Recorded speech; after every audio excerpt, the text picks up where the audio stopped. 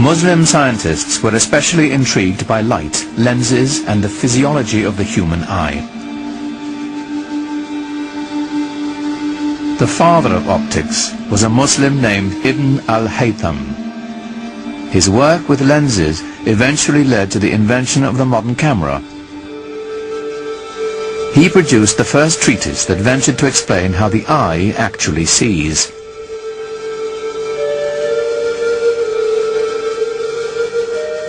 A 1,000 years before the West dared to take up the practice, Muslim doctors were removing cataracts surgically, clearing them from the eye with a hollow needle. But for all this knowledge to transform and illuminate an empire, it had to be copied and shared across 100 different cities in the Islamic world. For this, there was a new invention, one that is still fundamental to learning and knowledge today: paper. Around the year 700, 750, when Muslim armies reached Central Asia, they encountered paper for the first time. And very quickly, the Muslim bureaucracy started using paper. You find that, within 50 years it's in Syria, and then a few years after that it's in Egypt, and then it's in North Africa, and then it's in Sicily, and then it's in Spain. And that's where Europe learned to make paper from. They learned to make it from the Arabs. We begin to have people with family names like papermaker. So in other words, not only that paper was available, it must have become a very, very widespread industry. And hence, the acquisition of books must have also become very easy. With the wide use of books and paper, hundreds of scribes, some of whom were women, were kept busy transcribing the translations and new writings of the Baghdad scholars. All of this knowledge that's being acquired from the Greeks and from the Indians and from Central Asia and stuff is all being written down in books on paper, and that these books are being copied and recopied and sent around. We know, for example, that there was a street of booksellers with more than 100 shops, each one with paper and books for sale. And this is a time when, in Europe, a monastery would be lucky if it had 5 or 10 books. While the monks of the West were hoarding their wisdom on scraps of expensive parchment, paper enabled Islamic civilization to spread its newfound knowledge far and wide, creating a single community linking 3 continents. So the chief distinction, therefore, of Islamic civilization, in addition to the fact that it made new leaps of originality, new transformations in traditions of learning and everything else possible, is the fact that it enabled human beings to consider the possibility of thinking about the globe as a single unit, humanity.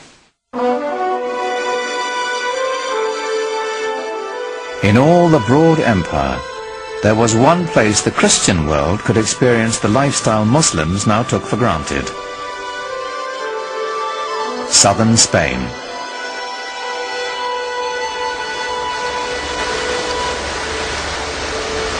Here, on the European continent itself, Islamic culture would begin to have an effect on the European civilization around it.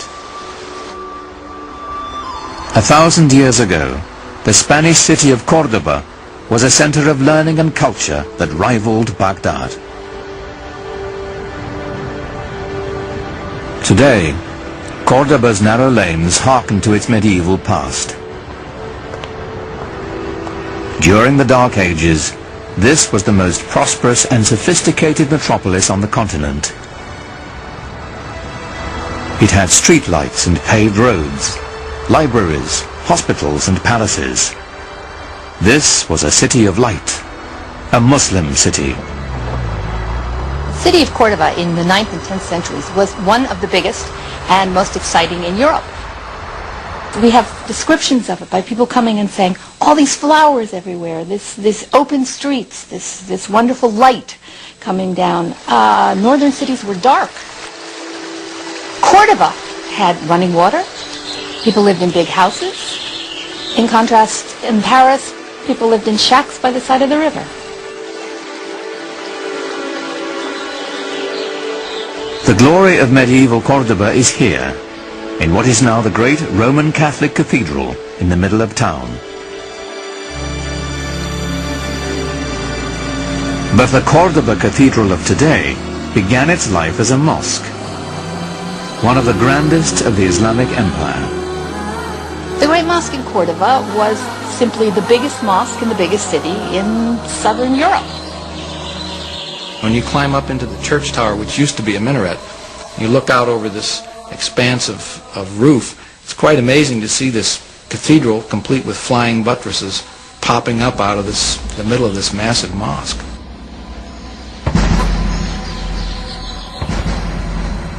Many people came to visit it to view the wonders of the mosque, which had rib vaulting, the kind of vaulting which is like this, and which 100 years later, by a mere coincidence you might think, but not at all a coincidence, appears in the Gothic cathedrals of Northern Europe, in Lincoln Cathedral, in Chartres Cathedral in France.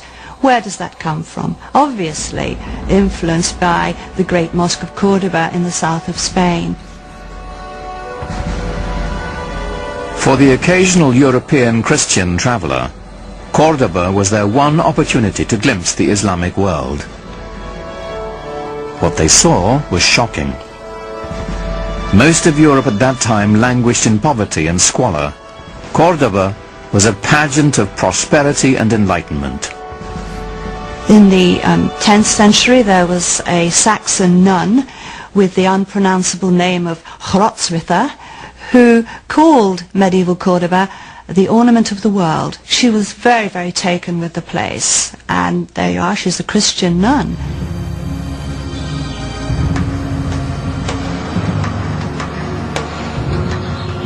As Europeans made their way from the cold stone of their northern castles into the glorious Muslim cities of southern Spain, they couldn't help but be impressed.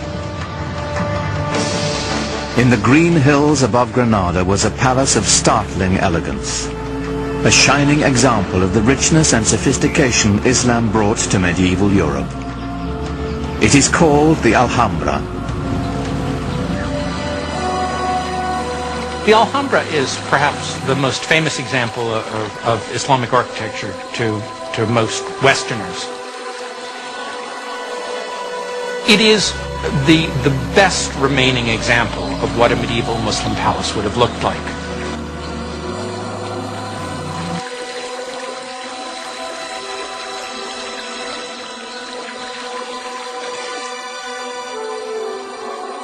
Echoed in the finely carved geometric plasterwork and marble pillars is a vanished lifestyle of extraordinary luxury.